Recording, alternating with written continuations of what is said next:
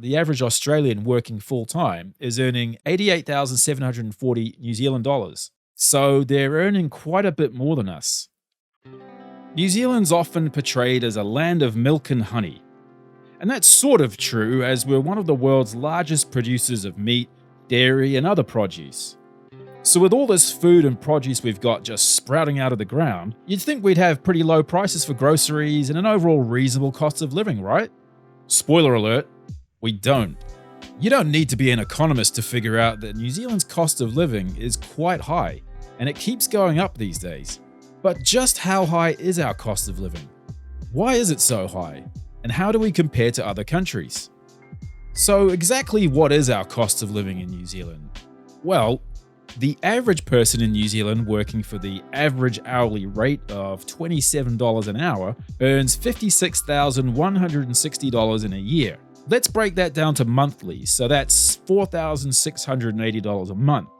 Now, right off the bat, you've got to pay tax, and New Zealand's marginal tax system means that you would be taxed up to 30%, with a total tax bill for the year of about $14,000, or roughly 25% of your total income for the year. Recent figures show the nationwide average rent per week is $495, which comes to $1,980 a month. So the average New Zealand renter is paying 42% of their income on rent. What about homeowners? Are they better or worse off? Well, based on the current median New Zealand house price of $826,000, with a 20% down payment and an interest rate of 3.15%, you'd need a loan of $661,000 to buy the average home. This would cost you $2,841 a month, or $710 a week. That would be about 60% of your total income. Then, there are rates which can vary wildly depending on your property's value and local council, which make it even more costly.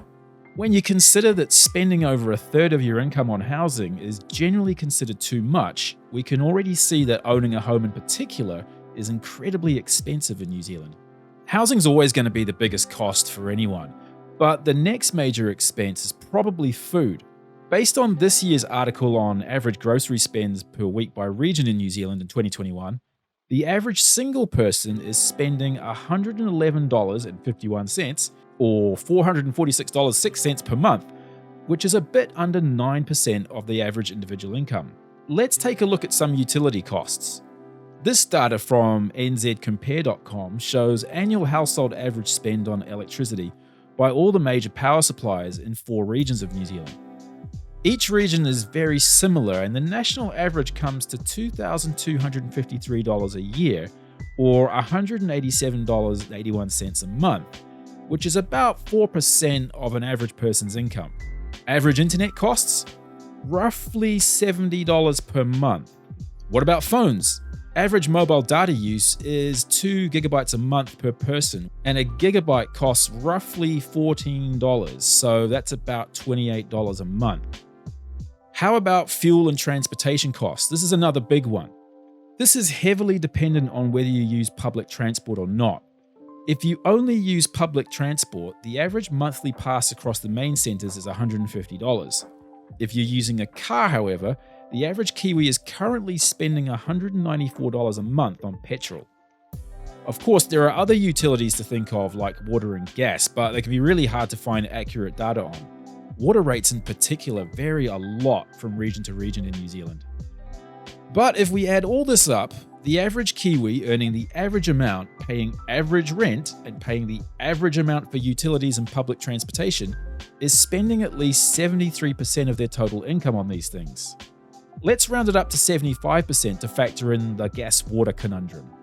So at the end of the day, this average Kiwi would have about $1,170 per month to spend on Fortnite skins, pencils, or pressed flowers, whatever it is you spend your money on. But when you also consider that the average New Zealander has about on average a personal debt of $23,000, this average Kiwi suddenly can't buy quite as many of those pressed flowers as they thought.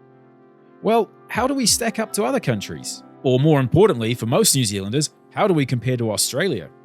To speed things up, and I'm not a bloody calculator, I've looked at the data on numbeo.com for cost of living comparisons between New Zealand and Australia. And interestingly, a quick summary shows us that we've actually got slightly cheaper consumer prices in New Zealand, and that includes with or without rent. Even rents are almost 5% cheaper than Australia's. Groceries also come out a bit cheaper in New Zealand, but it's not all sunshine and pressed flowers though. We have 16% less purchasing power than Australians. Then you've got to take into account that the average Australian working full-time is earning 88,740 New Zealand dollars. So they're earning quite a bit more than us. What is quite interesting about this data though is that the anecdotes going around New Zealand these days about how we're paying way too much for dairy and produce seem to be true. Milk in New Zealand is 54% more expensive than in Australia. Eggs cost 8% more in New Zealand and chicken 14% more. Cheese was surprisingly a little bit cheaper, but it's probably fair to say that a lot of these things in both Australia and New Zealand are ridiculously overpriced anyway. But scroll down the page a little and you'll see a nice little bar graph showing the cost of living index and how we compare to places like the US, Russia, China, the UK, Germany and France, and even Japan. And we're currently third. Japan is first with a score of 80, Australia second at 78, and we're on 76. We're only 4 points behind the most expensive country, Japan. Now, growing up, I'd constantly hear tales of how Japan is so expensive that even their used panties sell for $100 a pop. Yet here we are now, rapidly catching up with them. I wonder how much my used panties would sell for. And finally, why is our cost of living so high? Well, that's a pretty huge question that no economists can ever agree on. Not that they can agree on anything in the first place, but I think it's fair to say that our overpriced housing is probably the single biggest culprit here. We've already seen in this video that the average rent is well over a third of the average Kiwi's take-home pay, and it's even worse for a lot of homeowners. I talk about New Zealand's housing problem a little bit more in some of my other videos too. Check them out if you like. Also, I think being a far-flung island with a small population is always going to mean that it costs a lot to import things. And our small market size lends itself to certain parts of the market being monopolized or duopolized. Take our supermarket scene, for example. Not a hell of a lot of diversity and competition there, which just leads to the two big companies in the space basically just charging customers whatever they like. To sum it all up, New Zealand still is a land of milk and honey. It's just that much of that sweet, sweet honey is getting more and more expensive if you're just a worker bee. And if we've learned one thing, it's that salaries are higher in Australia. Should we all just move to Australia then? That's a question for another video perhaps. Should we all try selling our used panties like the Japanese do?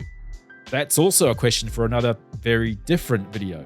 Well, whether or not you can or can't afford today's cost of living in New Zealand, you're still a great New Zealander if you watch this whole video. See you in the next one.